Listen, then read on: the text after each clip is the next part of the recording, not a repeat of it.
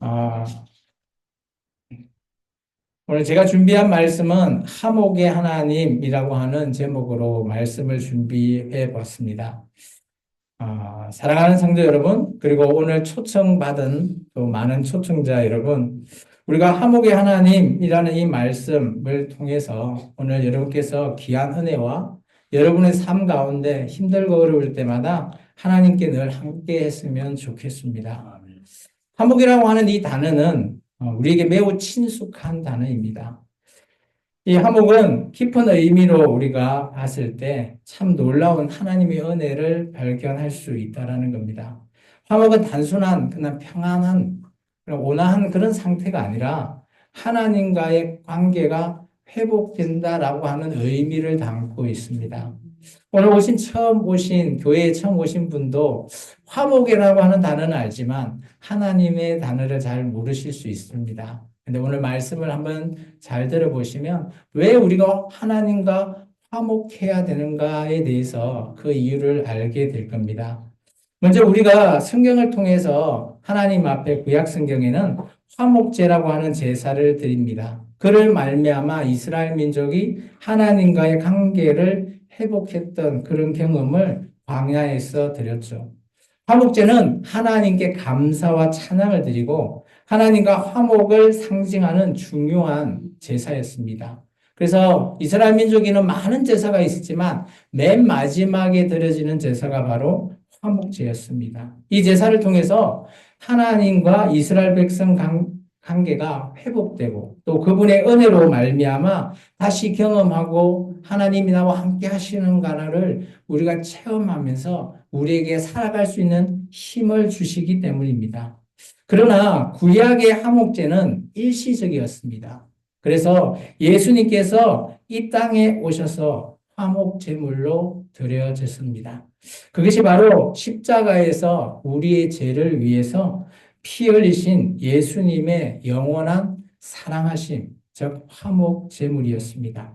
오늘 우리는 이 놀라운 화목의 은혜에 대해서 다시 한 번 더 새겨보고 하나님과의 왜 관계를 맺어야 되고 왜 회복이라고 하는 단어를 생각해야 되는지에 대해서 살펴볼까 합니다.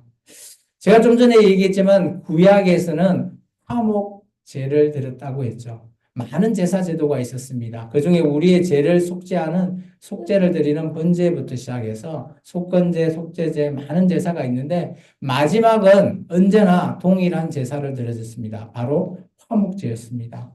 이 화목제는 하나님과 인간 사이의 화평과 공동체의 연합을 기념하는 제사였습니다. 히브리어로는 이 화목의 제사는 평화, 완전, 그리고 번영이라고 하는 의미를 갖고 있습니다. 이 또한 이것을 이 땅에서 누릴 수 있는 것은 하나님과의 관계가 회복되어야지만이 가능하기 때문입니다. 화목제는 하나님께 감사하는 마음과 이웃과의 화목을 기념하는 중요한 제사죠.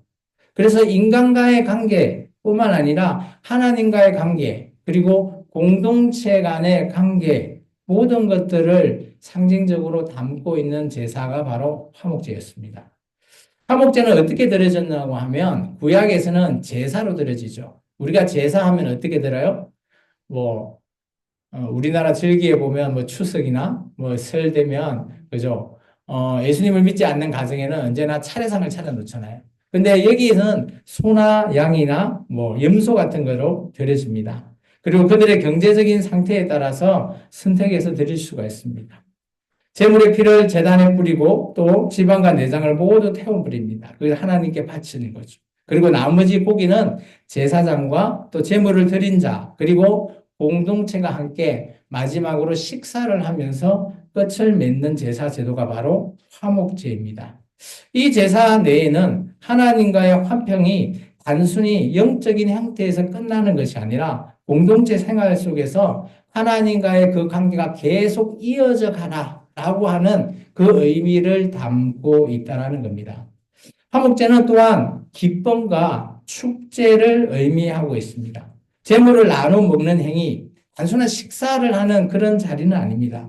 하나님께서 주시는 평화와 축복을 공동체 전체가 누리는 잔치와 같은 거죠. 오늘 여러분께서 여기에 많이 오셨죠. 아마 여러분의 지인들이 여러분에게 오늘 좀 와달라고 초대장을 보냈을 겁니다. 그리고 우리 교회에서 추수감사절 초청잔치를 오늘 열었습니다. 그래서 이토록 잔치를 연다라는 것, 이게 바로 화목제의 그 제사의 정신을 의미하고 있습니다. 이처럼 화목제는 하나님 앞에 우리가 드려지는 정말 감사, 찬양, 그리고 그런 모든 것 속에 하나님께서 우리에게 부어주시는 한량없이 은혜가 함께 하고 있다는 겁니다. 근데 구약의 제사는 1년에 한 번 하나님께 속죄하면 또 매번 드려져야 했습니다. 그런 모든 것들이 오늘 우리 예수님께로 말미암아 우리 예수님께서 영단번의 제사로 이 모든 화목에 대한 제사 제도를 폐하셨습니다. 예수님께서는 구약의 화목제를 완성하셨다라고 말합니다. 로마서 3장 25절에 보시면 이 예수를 하나님의 그의 피로서 믿음으로 말미암아 화목제물로 세웠다라고 했습니다. 이처럼 예수님은 십자가에서 자신의 피 흘리심으로 인해 화목제물이 되셨다라는 겁니다. 예수님은 십자가에서 죽으심으로 우리의 죄를 대신 짊어지신 겁니다. 이는 구약의 제사에서 제물을 죄에 이렇게 대신 짊어지고 그 죄를 동물에 전가시키고 제사를 드리는 것을 의미합니다. 예수님의 희생은 단 한 번의 영원한 효력을 가지고 더 이상 반복할 필요가 없다라는 겁니다. 따라서 저희와 여러분이 지금 제사를 드리는 게 아니라 하나님 앞에 예배를 드리는 겁니다. 히브리서 9장 26절에는 이렇게 얘기하고 있습니다. 이제 자기를 단번에 제물로 드려 죄를 없게 하시려고 세상 끝에 나타나셨다라고 하셨습니다. 예수님의 희생을 통해 우리는 하나님과 화목되게 하셨습니다. 오늘 우리 본문의 말씀을 읽었죠. 그죠? 우리가 예수 그리스도 안에 새로운 피조물이 되었다라는 거예요. 예수님을 만나기 전과 만난 이유가 달라졌다라는 겁니다. 그러면서 이렇게 말씀하고 있죠. 모든 것이 하나님께서 났습니다.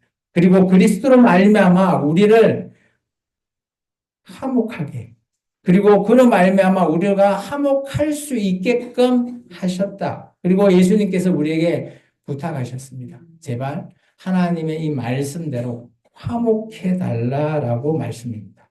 예수님은 우리의 죄를 대신 짊어지심으로 하나님께서 이렇게 관계를 회복시켜 주셨다는 겁니다. 예수님의 희생을 우리 또한 우리 사이에 화목을 이루게 하십니다. 에베소서 2장 말씀에 보시면 그는 우리의 화평이신지라 둘이 하나를 만드사 원수된 것 곧 중간에 막힌 담을 자기 육체로 하셨다라는 겁니다. 이 부분은 구약의 제사에 대한 성전의 성막의 원리를 알고 계시면 충분히 이해할 수 있습니다. 구약의 제사 중에 성소와 지성소가 휘장으로 막혀 있는데 그 휘장을 예수님께서 십자가의 죽으심으로 찢어버리시죠. 오늘 에베소 말씀을 이렇게 얘기합니다. 그 휘장이 지키는 게 자기의 육체로 그 담을 찢어버리셨다. 예수님은 우리의 화목제물이 되심으로써 하나님과의 관계뿐만 아니라 우리의 서로의 관계도 회복시켜줬다는 겁니다. 한 마을에 두 형제가 있었습니다. 이 형제들은 어려서부터 매우 가까운 사이였는데 어느 날 사소한 오해로 말미암아 큰 다툼이 일어나게 되고 시간이 지나면서 그 격차가 점점점 골이 깊어지면서 결국은 그들이 원수지간이 되어버렸습니다. 형제들은 서로 등을 짊어지고 살아가고 있었습니다. 그들 사이에는 깊은 골짜기가 생긴 것처럼 그렇게 느껴졌죠. 어느 날 형은 자기 집 앞에 한 목수가 찾아온 것을 보고 목수에게 일자리를 주겠다고 제안합니다. 그러면서 이렇게 얘기합니다. 이때까지 자기의 동생과의 관계를 얘기하고 더 이상 저 동생이 우리 집을 보지 못하게 크게 울타리를 하나 세워달라. 그래서 내 동생이 우리 집을 못 보게 그렇게 세워달라고 얘기했습니다. 목수는 잠시 생각을 했습니다. 그리고 형에게 이렇게 제안을 했습니다. 울타리보다는 저에게 그 다리를 놓는 건 어떨까요? 형은 좀 의아했지만 목수의 제안을 한번 받아들여 보기로 했습니다. 목수는 며칠 동안 열심히 일을 했죠. 나무를 자르고, 못을 받고, 요즘은 타카를 치죠. 어쨌든 간에 튼튼한 다리를 만들기 시작했습니다. 며칠이 지나고 이 다리가 완성되었습니다. 형은 다리를 보고 놀랐습니다. 그 목수에게 울타리를 부탁했는데, 동생 집과 연결되는 다리를 만들었다는 거죠. 목수는 형아가 동생에게 만들어준 다리, 이 다리를 통해서, 그죠, 의아했습니다.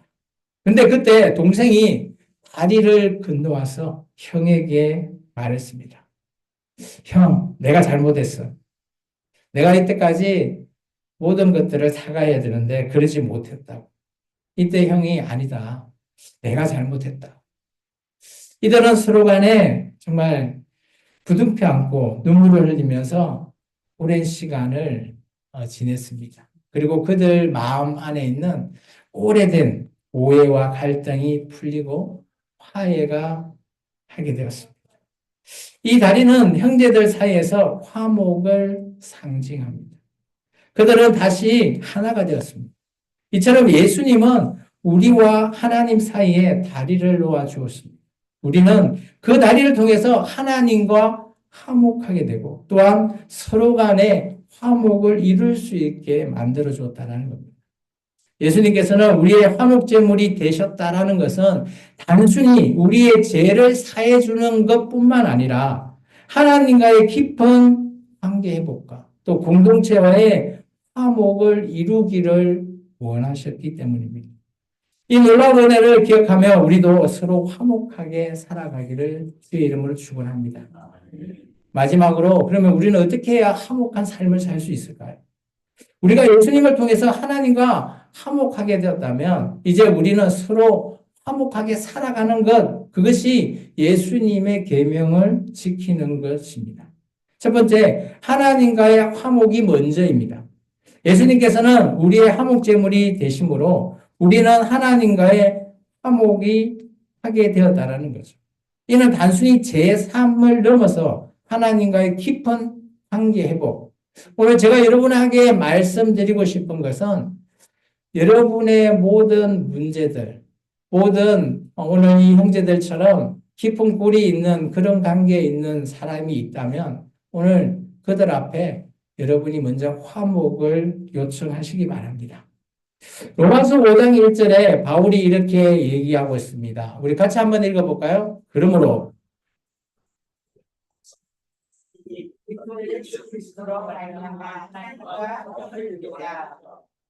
이렇게 말했죠. 이때 예수님께서 희생을 통해 우리는 하나님과 이런 화평을 누리는 것, 즉 우리의 삶 속에서 하나님과 친밀한 교제가 가능하다라는 것을 말하고 있는 거예요. 여러분은 하나님과 얼마나 교제하십니까? 얼마나 하나님과 가까우십니까? 오늘 우리의 첫 번째 화목은 바로 하나님이십니다. 그리고 두 번째, 이제 우리 서로들의 관계의 화목입니다. 하나님과의 관계 화목 이후에 우리가 이제 공동체로서 서로 간의 화목을 이루어야 된다라고 했습니다.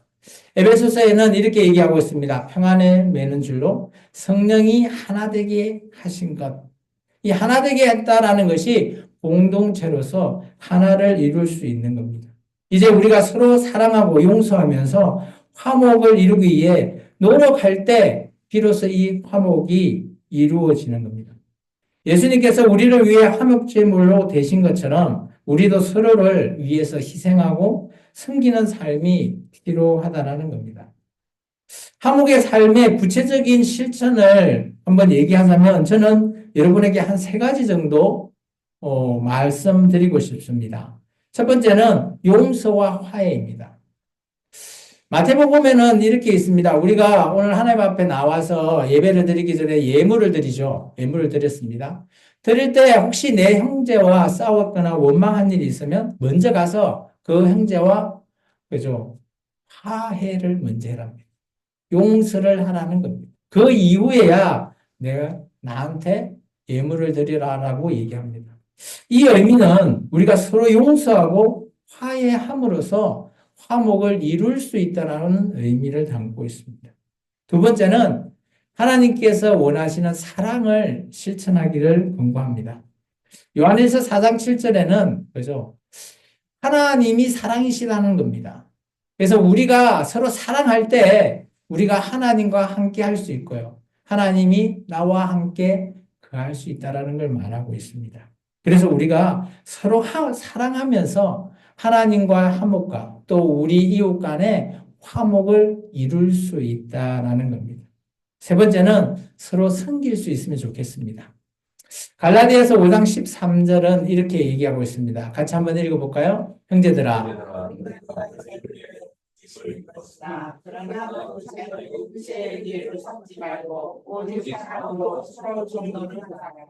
종로를 달아 서로가 서로 간에 종이 되어라. 이 말로 들으면 부정적이죠. 그런데 이 제가 노란 색깔을 칠했죠. 오직 사랑으로. 예수님 그리스도 안에서 오직 사랑으로 서로 간에 섬기는 대상이 되면 우리의 모든 인생에 나와 관계되는 모든 사람들과의 관계는 화목이 이루어진다라는 것을 말하고 있습니다. 이제 마지막입니다. 사랑하는 성도 여러분, 그리고 오늘 초청받아서 오신 초청자 여러분 반갑습니다. 오늘은 우리가 화목의 하나님에 대해서 말씀을 나눴습니다. 어떻습니까? 여러분 주위에 여러분과 관계되어 있는 사람들 간에 화목하신가요? 아직까지 그렇지 않다면 숙제를 또 내드리겠습니다. 저는 우리 교회는 제가 늘 매주 한 번씩 숙제를 내드립니다. 이전에는 사랑하라라는 그런 숙제를 했거든요.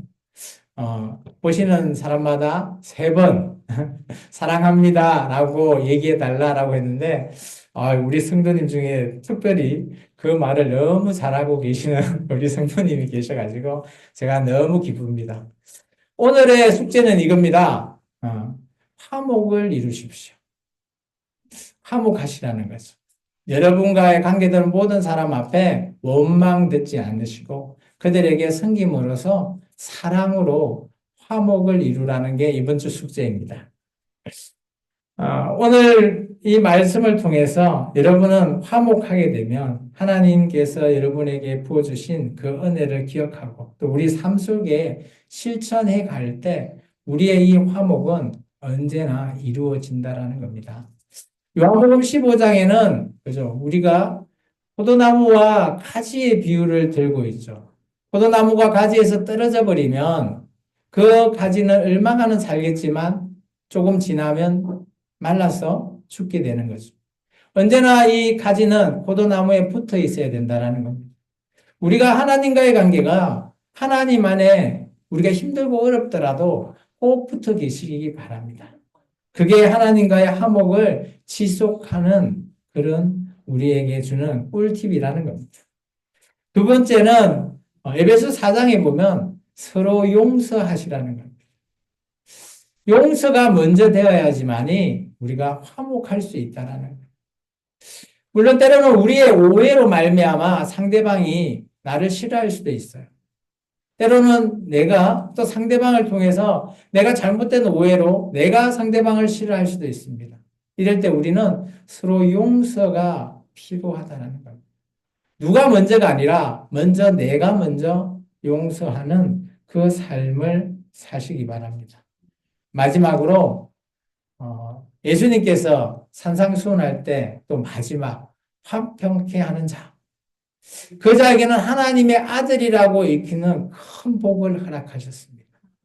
예수님께서 주시는 이 복 받고 싶지 않으십니까? 오늘 우리가 화목해야지만이 이 복을 받을 수 있다는 겁니다.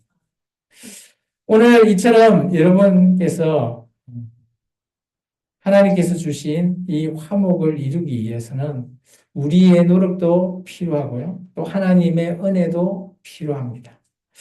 우리는 서로 용서와 화해 그리고 사랑을 실천하면서 서로 섬기는 삶을 통해 화목을 이루어 가시기를 바랍니다. 오늘 이 말씀을 통해서 또 숙제 잘 하시고 또 한 주 후에 또 반가운 모습으로 뵙도록 하겠습니다. 기도하겠습니다.